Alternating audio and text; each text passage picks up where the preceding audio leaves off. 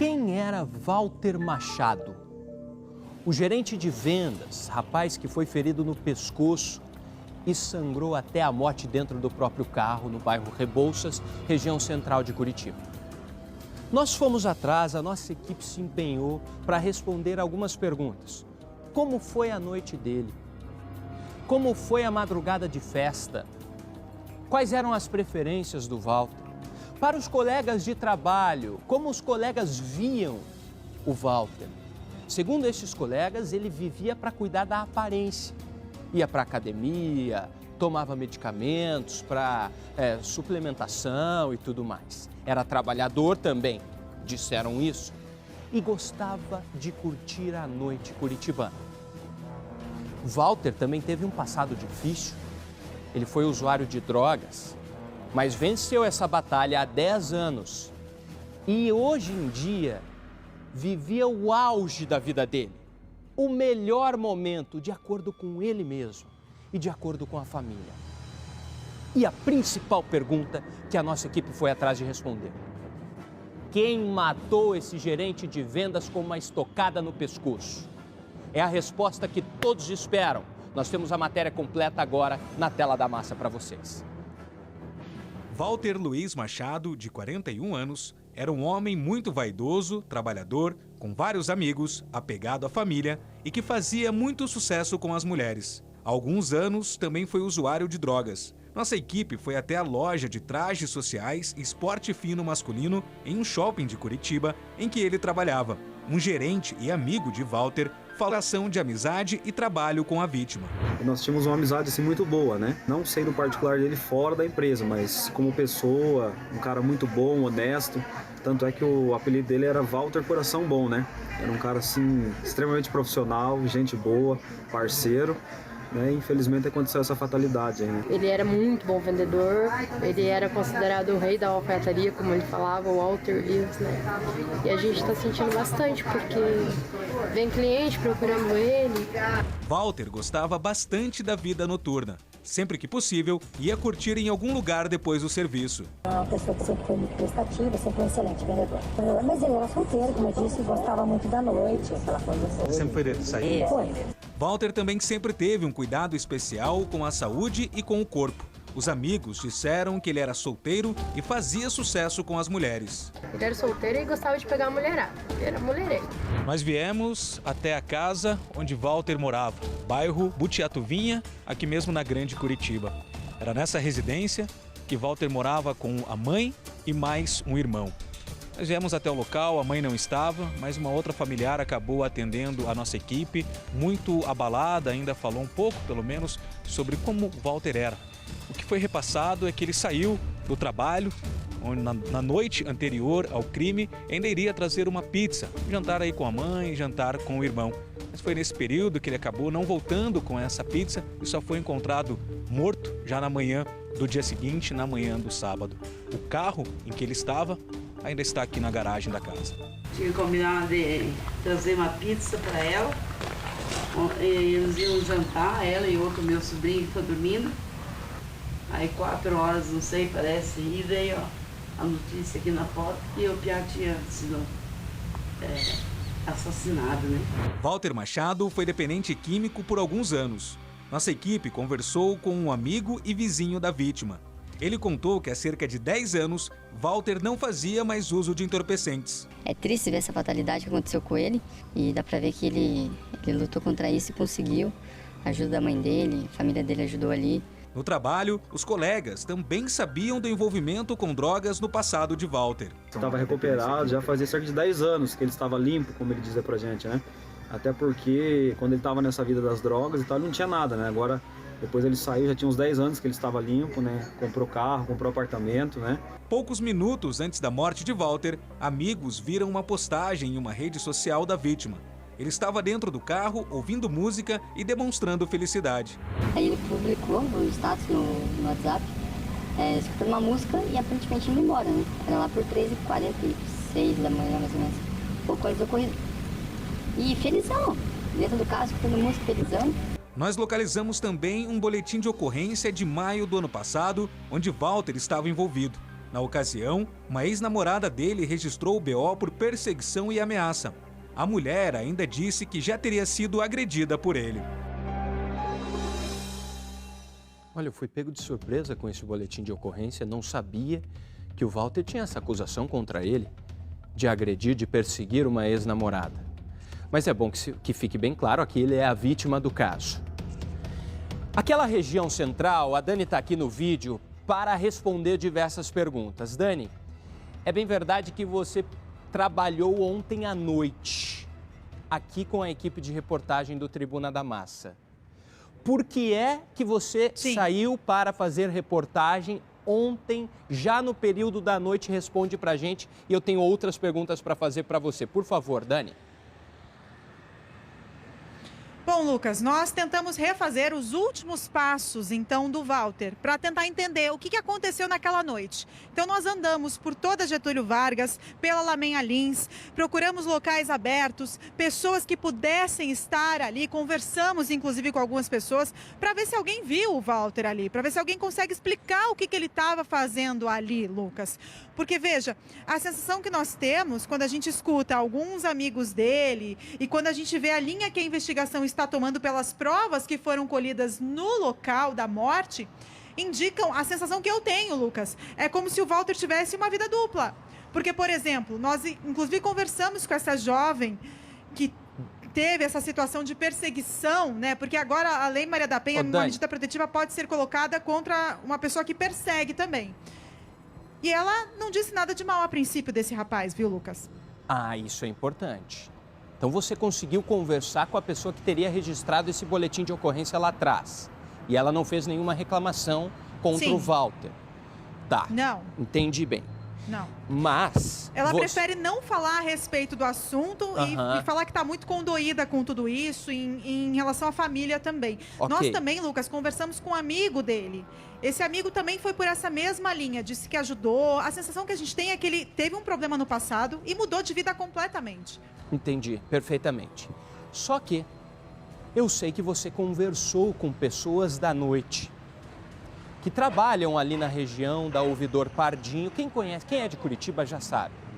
Ali é a região da Getúlio Vargas, Ouvidor Pardinho. E eu digo isso com o maior respeito do mundo, tá? Com o maior respeito do mundo, a gente está só levantando possibilidades. É uma região de pessoas que comercializam sexo à noite. A gente sabe disso.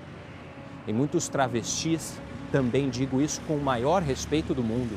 Muitos travestis estão ali. E teve um travesti que conversou, uma travesti, me perdoa, uma travesti que conversou com a Dani e que fez revelações importantíssimas e bombásticas sobre a noite do Walter. É ou não é, Dani? Você realmente conseguiu conversar com esta pessoa? Conta pra gente, por favor. Consegui sim, Lucas. Inclusive, eu quero agradecer essas moças que nos atenderam ontem à noite de forma muito respeitosa. Enfim, uma dessas pessoas que nós conversamos ontem disse que ele poderia realmente ter estado ali, mas não saído com uma travesti, mas sim com uma outra pessoa que fica ali nas proximidades da igreja, que fica bem na frente, inclusive, da Praça Ouvidor Pardinho. Inclusive, ô Lucas, eu vou chamar o doutor Tito aqui. Vou perguntar isso para ele, se ele teve acesso a essa informação que nós tivemos. Está aqui. Está aqui do meu lado, Lucas. Está aqui. Pedi para ele vir aqui nos atender. Faça aí. Deixa eu fazer uma pergunta. Deixa eu aproveitar a presença do Dr. Tito. Primeiramente, agradeço a presença dele ao vivo aqui conosco, xerifão da capital paranaense. Doutor, estas moças que trabalham ali na Ouvidor Pardinho serão ouvidas dentro do inquérito policial também? Porque a nossa equipe foi até lá, conseguiu conversar. Agora eu quero saber da investigação. Vamos conversar com essas moças também? Por favor, doutor. Boa tarde para você. Doutor, o Lucas está dizendo boa tarde para o senhor, agradecendo o senhor vir aqui conversar conosco e perguntou se, de repente, a investigação vai ouvir essas moças que trabalham ali na região da Ouvidor Pardinho. Lucas, é uma investigação que está iniciando. É um caso gravíssimo, né? Nós temos um jovem que perdeu a vida. E para nós entendermos a autoria, nós temos que entender a motivação. E é o trabalho que vocês estão fazendo também, investigativo, de rua, indo atrás de pessoas e conversando. É a mesma coisa que nós estamos fazendo. O que nós temos ali? Temos um local que vocês sabem, um local de prostituição masculina e feminina. Temos um veículo parado em torno das 5 horas da manhã, ficou parado bastante tempo ali. E tem informações ainda, Lucas, que nós não podemos divulgar para vocês, que nós temos a respeito dos fatos, o que ele estava fazendo ali, mas ainda é cedo para nós passarmos isso à imprensa. Se nós não chegarmos à autoria, nós vamos abrir para vocês pedindo ajuda, pedindo auxílio, que é o que vocês fazem, que é o que você, Lucas, nos auxiliou inúmeras vezes na busca da justiça. Mas nesse momento, infelizmente, eu não posso passar as informações específicas do que estava fazendo no local. Obviamente, né, é que por intuição vocês já estão trabalhando e estão levantando dados a esse respeito. Doutor, mas então a investigação já tem provas? Ou já tem indícios do que realmente aconteceu? Com quem que ele realmente estava antes? Nós primeiramente estamos tentando compreender se foi um latrocínio, se foi um homicídio, não sabemos ainda. O que levou à perda da vida. Sabemos que perdeu a vida, sabemos que o instrumento foi um instrumento inapropriado para a morte, né? Que não foi programado, não foi uma emboscada. Ninguém faz uma emboscada com uma chave de fenda ou com estoque, porque não é nenhuma faca, Lucas. A lesão não tem as bordas da faca, não tem o corte da faca.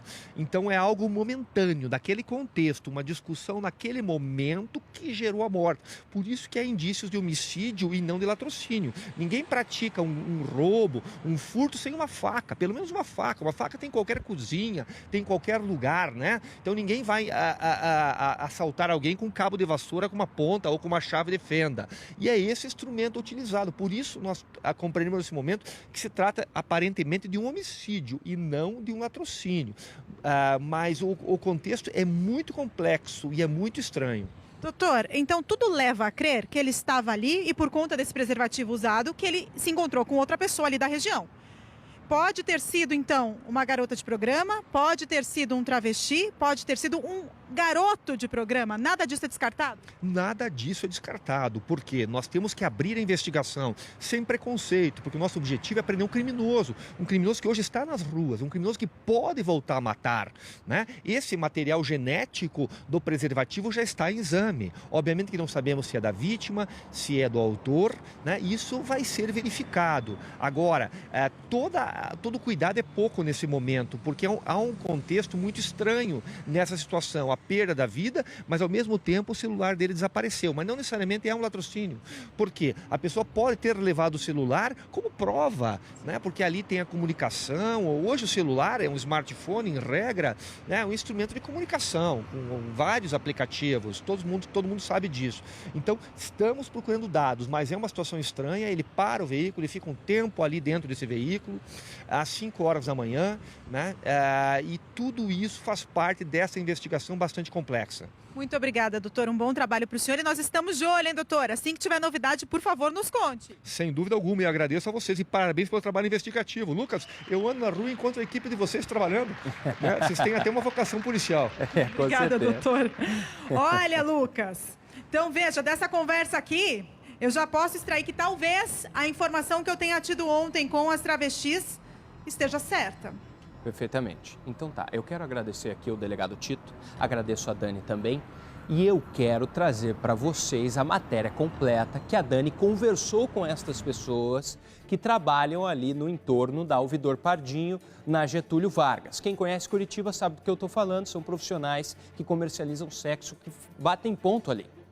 E a Dani foi lá ontem à noite para conversar com essas pessoas. E teve uma dessas pessoas que disse que viu o Walter lá. E disse o que o Walter estava fazendo. Será que ela contou a verdade? Será que ela mentiu? Tudo isso. A Dani vai trazer essa entrevista exclusiva e também mais depoimentos dos colegas do Walter. O que os colegas têm a dizer sobre o Walter? Todos eles gostavam muito do Walter. Aliás, é bom que fique bem claro, hein? O Walter era um homem solteiro, não devia nada para ninguém, pagava as próprias contas, ele fazia o que queria da vida dele. E morreu dessa forma violentíssima. Quem fez isso? Por que fez isso? São respostas que a Dani foi atrás ontem à noite. O Tribuna foi em busca de respostas. O caso do gerente de vendas morto no Rebouças. O que está por trás dessa morte? Nós recebemos informações exclusivas que podem direcionar uma linha de investigação deste caso. O Walter gostava de curtir a noite curitibana e o assassinato dele pode ter alguma ligação com o que acontece nas ruas da cidade, principalmente daquela região do Rebouças, região central de Curitiba, Getúlio Vargas, Ouvidor Pardinho. Um crime passional? É uma pergunta. Uma morte encomendada? Um latrocínio? O que aconteceu com o Walter? A nossa repórter Dani Sevieri foi atrás de respostas para todas essas perguntas. Conversou com uma moça que trabalha ali na região durante a madrugada. Ela disse que viu o Walter há poucos instantes antes da morte dele. O que ela viu? Agora, na tela da massa. O que está por trás da morte, do assassinato de Walter Machado? Nós viemos às ruas curitibanas, são 11 horas da noite, para entender o que acontece na Getúlio Vargas depois que as luzes se apagam. Primeira parada, onde tudo supostamente teria começado. Getúlio Vargas com Lamenha Lins. Vamos conversar com as pessoas que ficam ali, para ver se viram alguma coisa, se conhecem o Walter. Esquina da Silva Jardim com Lamenha Lins. Uma moça está na esquina, é uma travesti. Ela fala comigo, diz que não conhecia Walter. Menina, você conhecia ele? Não. Nunca viu, nada. E ele por aqui não era costumeiro de vocês, nem nada? Tá. Quando eu pergunto se ele teria alguma relação com os travestis, ela é enfática. Não sei se você estava aqui na madrugada de sexta para sábado. Não. Você ficou sabendo desse caso? Sim. E você acha que tem alguma relação com alguma coisa que ele tenha feito à noite, com vocês, enfim? Não, né, amiga? Porque ele estava junto com outro homem. Ele estava? Agora a nossa segunda parada é a seguinte, é passar por toda a Lamenha Lins, para ver se a gente descobre alguma coisa suspeita ou algo que possa indicar a morte dele, o porquê da morte dele. Diante dessa nova pista, seguimos até a igreja que fica na própria Getúlio Vargas, na frente da Praça Ouvidor Pardinho. Lá, nenhuma movimentação foi flagrada, mas no prédio da frente, nós flagramos um casal encostado no muro. A mulher estava escorada. Ela aparenta ser uma garota de programa e está de lingerie com um casaco por cima. Parece se masturbar enquanto um homem assiste. Deve ter uns 40, 50 anos. Resolvemos passar de novo. Flagramos na esquina o casal já indo embora. Rua Lamenha Lins, a gente pode perceber que esse ponto dela, pelo menos, é bastante tranquilo. E foi por aqui que tudo aconteceu. Não tem como ter sido diferente por conta do golpe que ele recebeu aqui na região da jugular e foi exatamente aqui embaixo. Esse golpe, a pessoa perde os sentidos em segundos. E o que a gente tem? O carro estava mais ou menos por ali quando ele recebeu um golpe, pelo menos nessa região, no máximo uma quadra antes.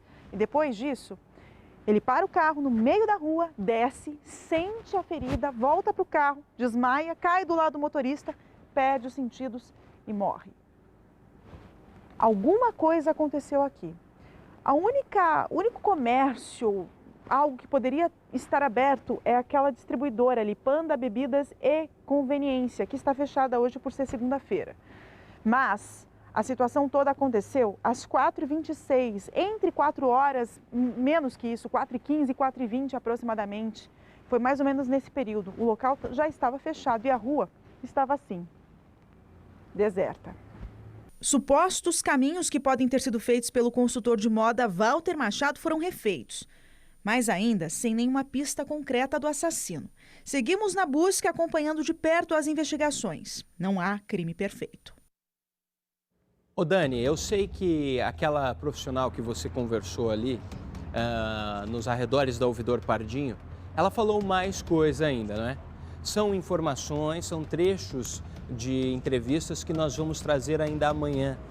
Mas já adianta pra gente, por favor, alguns detalhes. Você, na entrevista aqui, apareceu o seguinte, você perguntou para ela se ele tinha sido visto lá, ela disse que sim, ele estava por ali, mas ele não teria se envolvido com as travestis que lá trabalham. Foi isso que ela disse. Ela disse mais alguma coisa, por favor, Dani, que a gente vai poder trazer amanhã?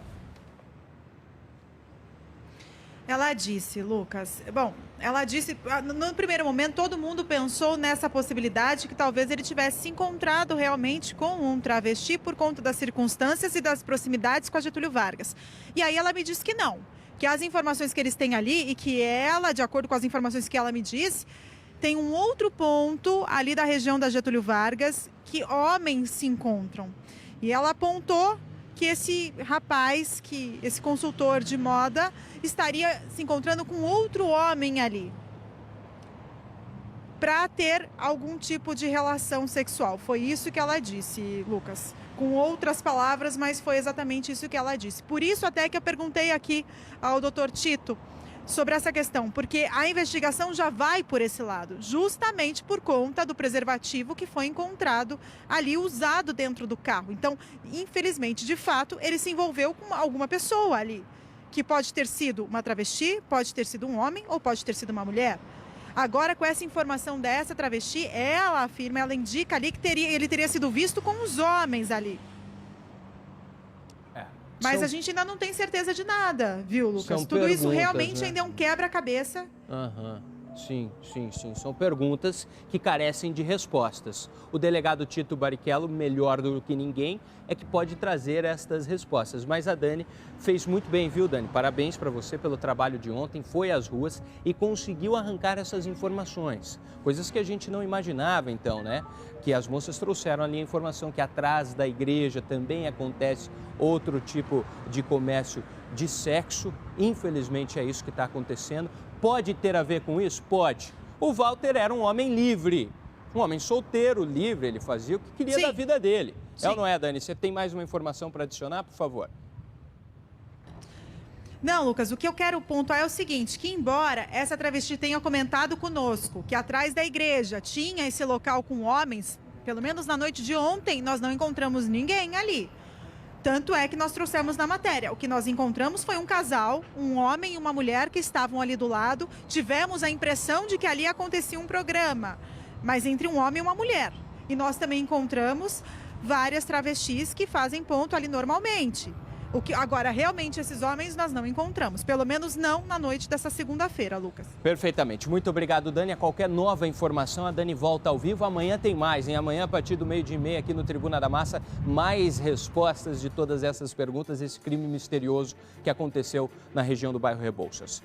Eu converso agora com o Vinícius. Saio ao vivo com a Dani. Vou agora conversar ao vivo com o Vinícius sobre o caso do funcionário da prefeitura. Diretor. Não, é a pessoa que viu. Perfeitamente. Essa pessoa viu o carro do gerente de vendas, me perdoe. Ainda sobre o caso do gerente de vendas morto no Rebouças. A gente trouxe essas informações ali. Agora o Vinícius está com a primeira testemunha do caso, ou seja, a pessoa que acudiu, que ajudou, tentou pelo menos ajudar o Walter. Por favor, Vinícius, com você. Ei, Lucas, olha, essa testemunha, que é a Andressa, ela é segurança, trabalha numa casa ali de eventos que tem ali naquela região, e ela disse que estava saindo do trabalho quando ela parou no sinal vermelho e percebeu que a porta do carro do Walter estava aberta. Ela, por instinto, resolveu parar para poder ver o que tinha acontecido. Andressa, boa tarde para você, seja bem-vinda ao Tribuna da Massa. Você parou no sinal, desceu do veículo e quando você chegou ali no carro, o que você fez, o que aconteceu, o que você pôde perceber da situação? Então, eu parei para fechar a porta, porque eu fiquei com medo de alguém bater na porta dele. E quando eu fui avisar para ele que eu ia fechar a porta, ele estava muito quietinho. E daí eu chacoalhei para ver se ele estava bem, se ele acordava, se ele estava bem. Porque no primeiro momento eu achei que ele só estava dormindo, que ele estava bêbado, né? Por ser fim de semana, pelo horário. Então, quando ele não respondeu, daí eu tentei sentir os sinais respiratórios dele e já não encontrei mais. Daí eu já liguei para a polícia. Você chegou a ver sangue naquele momento? No pescoço dele tinha algum sinal de alguma fratura, de alguma coisa que pudesse te perfurado essa região da jugular? Não, na hora que eu fui fechar a porta, não. Depois que chegou um segurança que faz ronda ali perto e abriu as portas e a gente viu com a lanterna, ele focou com a lanterna dentro do carro, daí sim a gente viu o sangue, mas tipo, bem depois que eu já tinha chegado lá e já tinha chamado a polícia. Como é que ele estava vestido? Você lembra disso? Ele estava com uma camisa social, uma calça preta. Isso só que deu pra ver, tipo, porque ele estava debruçado no banco, então o que deu pra ver é que ele estava com uma camisa mais ou menos, acho que azul, se eu não me engano, e uma calça preta social. Ele estava bem arrumado. O carro estava ligado nesse momento ou estava desligado? Não, estava desligado. E, tipo, eu passei a mão para ver se a chave estava na ignição, porque no momento eu achei que ele estava bêbado, daí a gente ia acordar ele para jogar o carro pro lado, para tirar do meio da rua. Mas a chave não estava mais na ignição lá. Você chegou a perceber se tinha alguma pessoa ali em volta, algum morador em situação de rua, alguma travesti, estava pelaquela região? Você conseguiu perceber se tinha alguém ali no entorno? No momento que a gente chegou, não. Tipo, tinha 2 pessoas descendo a rua, mas creio que não fosse nada, tipo, para prestar atenção. Tipo, só passando mesmo pelo local, sabe? Do momento em que você chamou a polícia, que chegou o socorro, isso durou em quanto tempo até o socorro chegar no local e ver que ele realmente estava em óbito? 2h30. Uhum. Tanto que eu até falei pro policial que se eles tivessem ido na hora que a gente ligou, na hora que a gente pediu para eles irem, sei lá, talvez ele pudesse ter feito alguma coisa por ele, sabe? Naquela região, você tem costume de ver alguma situação semelhante a essa, até mesmo assalto, alguma coisa que poderia ter ocasionado? Você acredita em alguma possibilidade do que teria acontecido com o Walter naquele momento ali? Então, não, é bem tranquilo ali. Tanto que o pessoal da Honda mesmo falou que nunca assalto ali, nada. É bem tranquilo. Então, foi o que me chamou a atenção dele lá, foi realmente só a porta aberta. Tipo, só o fechar a porta para ninguém bater no carro, para ele não ter um prejuízo quando acordasse, sabe? Quando você descobriu que ele estava morto, qual foi a sua reação ali? Eu fiquei no lugar porque eu achei assim que, tipo, é o amor de alguém que estava ali, sabe? Daí eu não queria deixar ele sozinho. Foi, sei lá, foi instinto. Seu lado humano gritou mais alto. Sim, tipo, ele tava lá sozinho, ele tava, sei lá, doeu ver ele sozinho ali, debruçado no banco, sem ninguém por perto, sabe? Ninguém ajudou. Se uma pessoa tivesse parado, tipo, as pessoas sempre me perguntaram, por que você parou? Eu pergunto, por que alguém não parou antes? Porque muita gente passou. Por que não pararam pra ver, tipo, sei lá, fechar a porta? É desumano, né? A possibilidade dele estar vivo hoje poderia ser grande, né? Sim, porque o corte depois que levantaram ele, depois que o SEAT chegou e depois que levantaram, tipo, não parecia grave. E sim a perda de sangue. Ele tá lá debruçado e perder tanto tempo ali sozinho e sem ajuda. Eu creio que foi isso que fez ele morrer, sabe? Tipo, não ferimento. O tempo que levaram para chegar. Eu vejo que você fala com uma voz um pouco embargada e se emociona em falar dessa situação. Você pensou que poderia ser um parente seu ali, né? E isso dói bastante, né? Poderia, né? Tipo, era um cara novo, né? Tipo, por que ele tava sozinho? Por que deixaram ele sozinho, né? Tipo, e se ele saiu pra curtir a noite, por que os amigos não estavam junto? Porque se tivesse alguém com ele, acho que ele estaria bem hoje, né? Vai lembrar disso tudo? Dói, né? Porque, tipo, e se ele tivesse vivo a hora que eu cheguei, se eu pudesse ter feito alguma coisa por ele, sabe? Quando a gente ligou para a polícia, eles falaram que não era pra gente mexer, mas daí a gente fica, e se a gente tivesse olhado? E se eu tivesse visto o ferimento e tivesse colocado a mão pra parar de sair sangue? Tipo, sei lá, ele poderia estar aqui, né? Eu não conhecia, mas é que nem eu falei, ele era filho de alguém, ele era o amor de alguém. Então, uma mãe hoje chora, né? Porque ninguém parou. Difícil recordar isso tudo.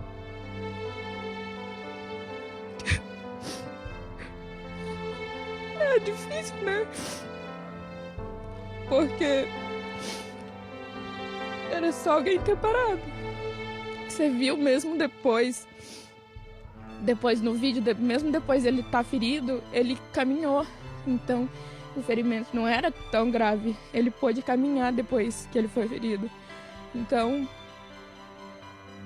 era só literalmente alguém ter parado antes. Muita gente passou. Por que ninguém parou, né? É a pergunta que a gente faz aqui também, viu? Ô, Vanessa, te agradeço, viu, por esse depoimento forte e humano, né? Depoimento de alguém que estava ali, tentou ajudar de alguma forma, mas infelizmente não era o momento exato que aconteceu aquilo tudo. Infelizmente é uma vida que se perde, uma família que chora. Obrigado pela sua participação, viu? A gente agradece muito aqui. Lucas, É difícil a gente até falar depois de um depoimento tão emocionante como esse, né? Não, é verdade. Olha, eu fiquei pensando aqui, eu às vezes nem tinha me tocado que nós poderíamos ter salvado, quando eu digo nós os curitibanos, a nossa sociedade, poderia ter salvado a vida desse homem, caso alguém tivesse tomado uma atitude anteriormente. Como disse essa mulher, ela nos traz um lembrete. Nós precisamos lembrar mais de cuidar do próximo, que são nossos irmãos, pois se todos nós temos o mesmo Pai do céu, todos nós somos irmãos. Cabe a nós cuidarmos um dos outros. Ela falou muito bem aqui. Parabéns para essa mulher, pela mentalidade dela, pelo mindset dela. A gente tem que procurar ser mais assim, com certeza, durante a vida.